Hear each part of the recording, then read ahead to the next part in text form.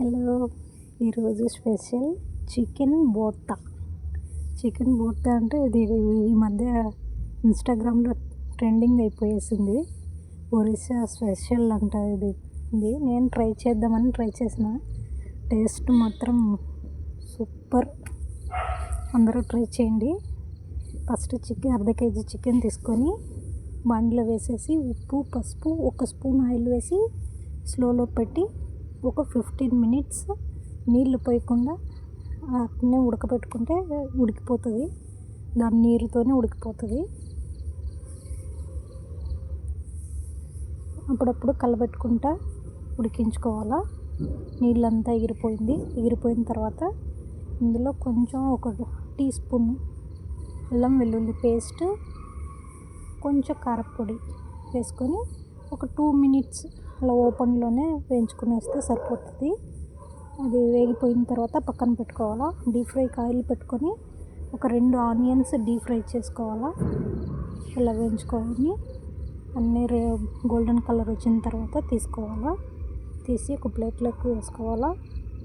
అందులోనే ఒక 4-5 ఎండుమిరపకాయలు తీసుకొని అవి బాగా వేగిన తర్వాత తీసుకోవాలి ప్లేట్లోకి.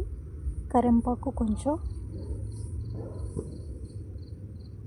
పచ్చిమిరపకాయలు ఒక 5-6 అన్ని డీప్ ఫ్రైలోనే వేయించుకుంటేనే టేస్ట్ బాగా వస్తుంది.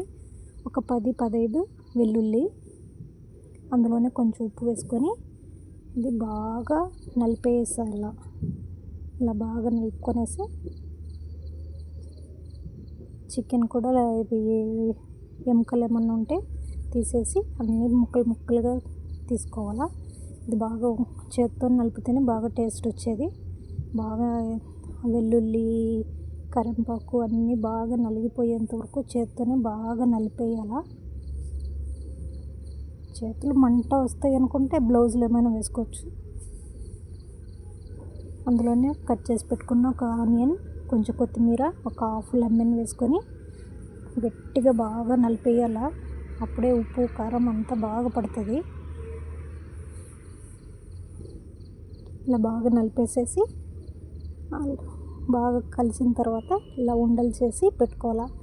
అందరికీ వేడి అన్నంలో ఒక ఉండ పెట్టుకొని కలుపుకొని తింటే డిఫరెంట్ టేస్ట్. ట్రై చేద్దామని నేను ఫస్ట్ టైం ట్రై చేసిన. చాలా అంటే చాలా బాగా వచ్చింది. తిన్న తర్వాతనే వీడియో పెడతాండా, అందుకే చెప్తాను. టేస్ట్ మాత్రం సూపర్. అందరూ ట్రై చేయండి. Thank you.